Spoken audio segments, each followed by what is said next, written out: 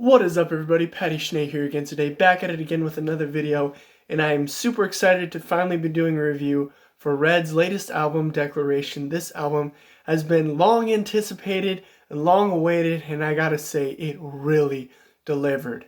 You may know that Red is my favorite band, but I'm going to try to keep a little bit of a critical head while reviewing this album so that I don't fanboy too much, but it's inevitable that there will be some fanboying in this review, so be ready for that. Without further ado, let's get into this track-by-track analysis of Declaration. Coming in at the first track, we have the song All For You. This was the fifth single released before the actual album was released. When I first heard this song, I liked it. I've liked this song ever since I listened to it.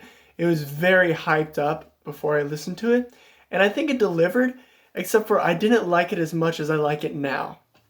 And I think this track is a perfect track for the intro track to this album because it establishes the entire theme of the album, which is a war.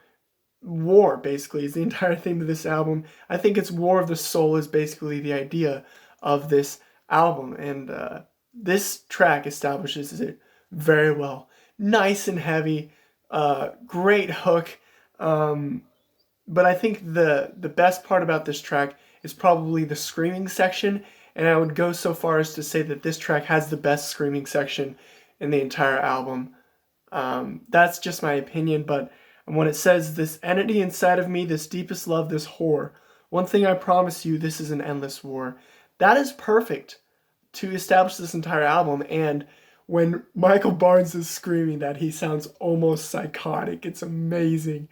I love that screaming section, and it's kind of hard not to scream along with it when I listen to this song.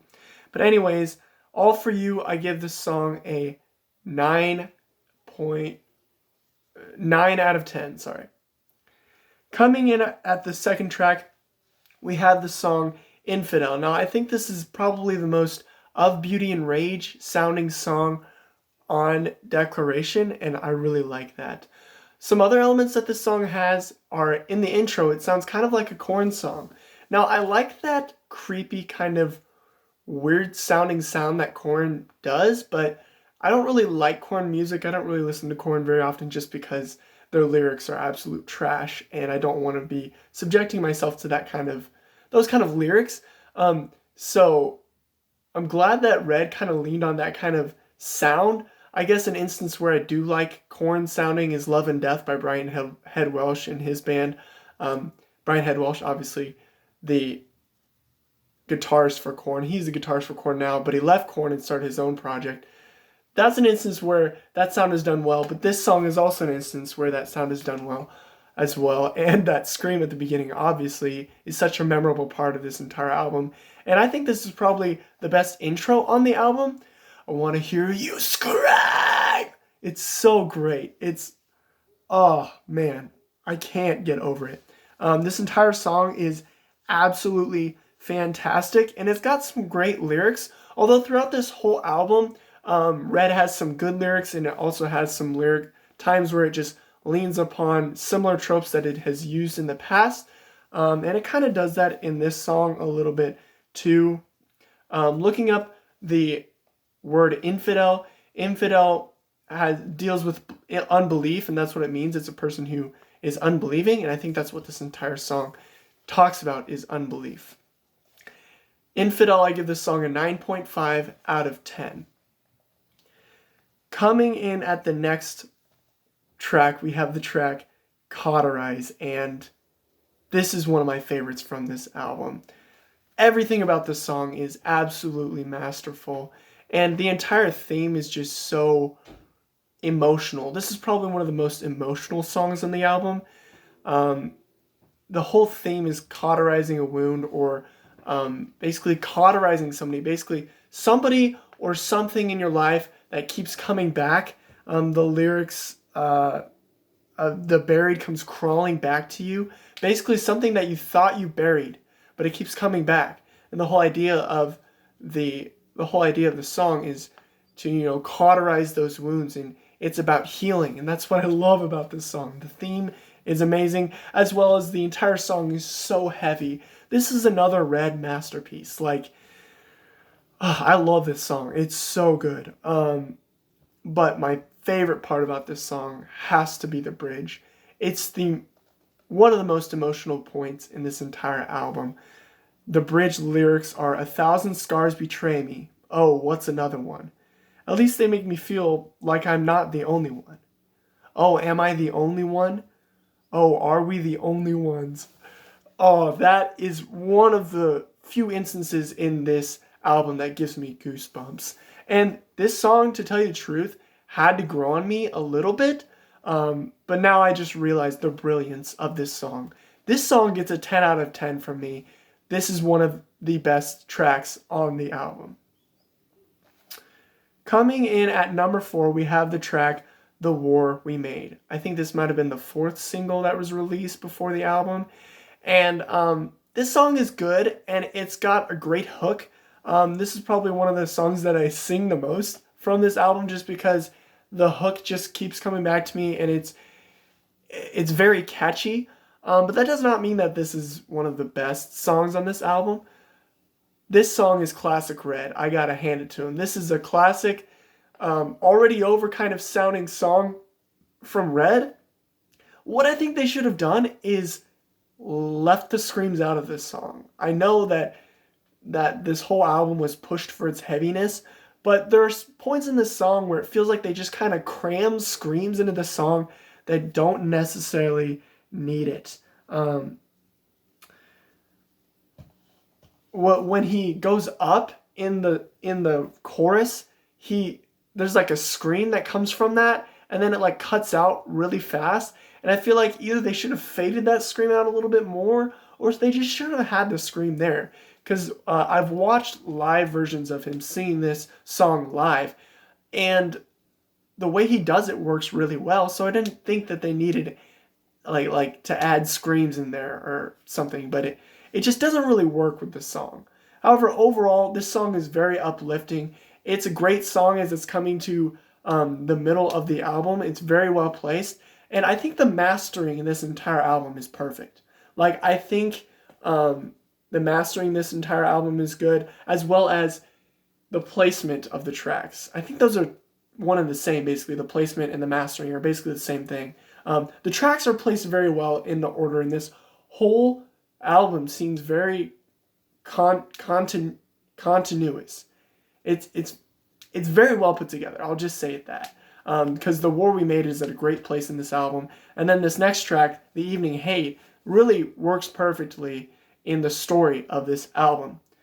But yeah, overall, I would give "The War We Made" an 8.5 out of 10 because it's a great track. It's got a solid positive message, but some of the mixing decisions on it, I'm not a huge fan of. Coming in at number 5, we have "The Evening Hate." This is the first single that was released off of this album, and a lot of people went crazy when this single was released for good reason. The breakdown in this song is mind-blowing, goes down to drop G. I think they had to use an H string on this song.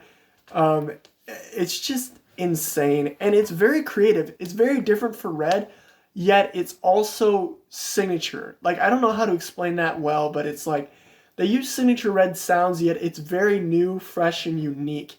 The theme of this song being war, that's the theme of this entire album, I think.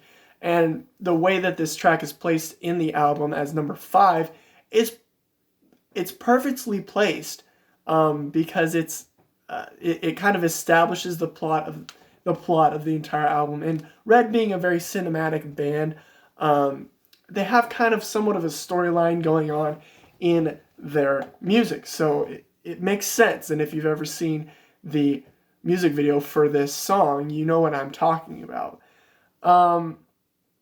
One downfall of this song would have to be the fact that it has Michael Barnes' pronunciation on this song isn't very well done, as well as on basically the entire album. His pronunciation isn't the best.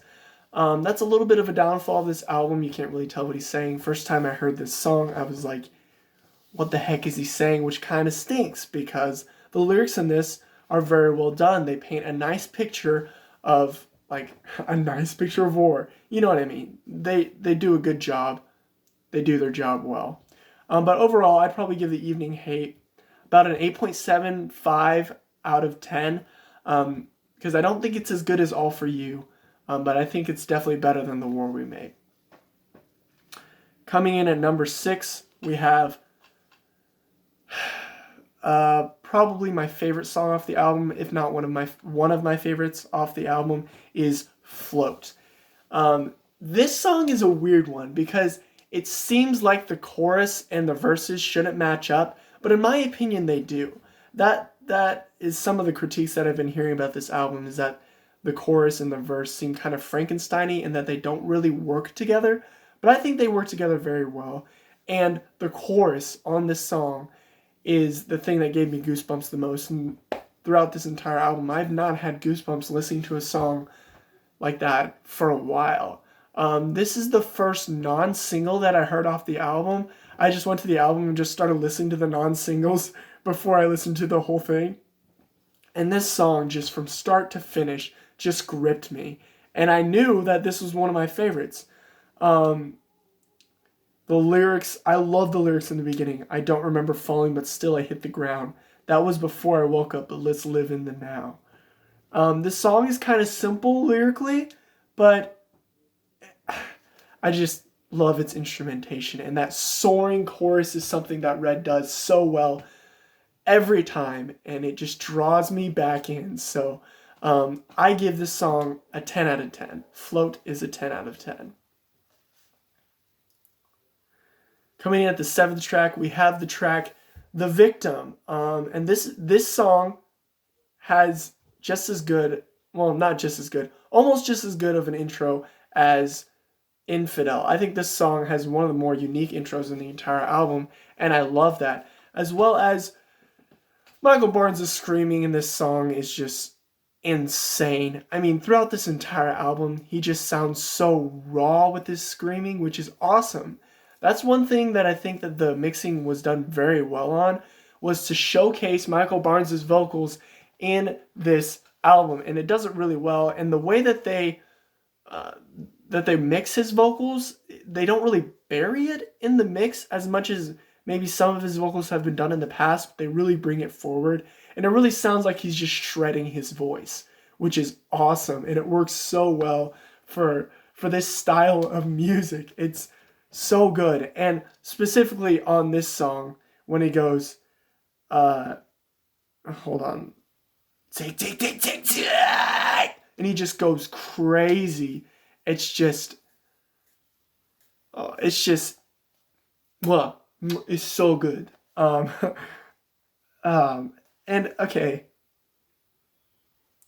And also the melody on the verses is very well done too. That thing gets stuck in my head. And when you can get a good verse melody, it's something that can be a little bit overlooked sometimes. I guess an example of a good verse melody would be Crawl by Breaking Benjamin.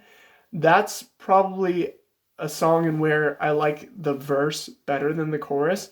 And that might be the case here too in The Victim. I kind of like the verses a little bit better than the chorus, because even the chorus lyrics slip into a little bit of repetition. But overall, I'd have to give The Victim a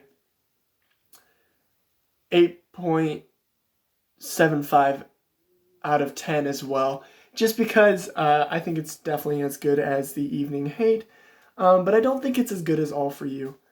So yeah, let's move on. Next, we have the song Sever, and within the context of this album, this is an absolutely fantastic song.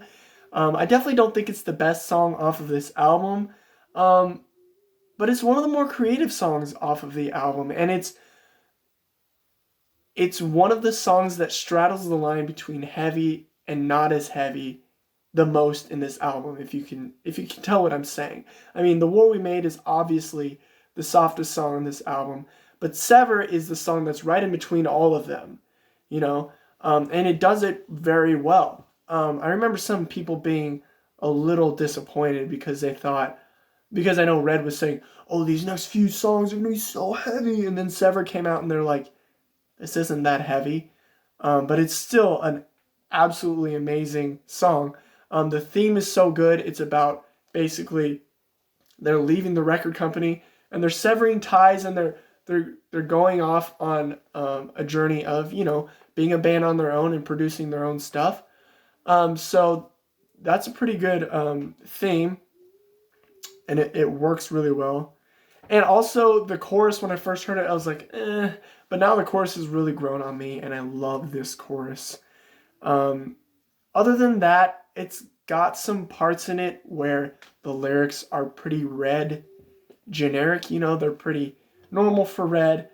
So this is not the best song on the record, but I think it's very good. So I'll give it an 8.5 out of 10 as well. Coming in at number 9, we have the song Only Fight. This song gives me heavy Release the Panic vibes, and if you've ever listened to Release the Panic, you know that's not necessarily a good thing. This song is obviously the most experimental off of the album, and it still retains its heaviness, but it doesn't really stick as well as the others, and it's not like a masterpiece Red song, if you know what I'm saying.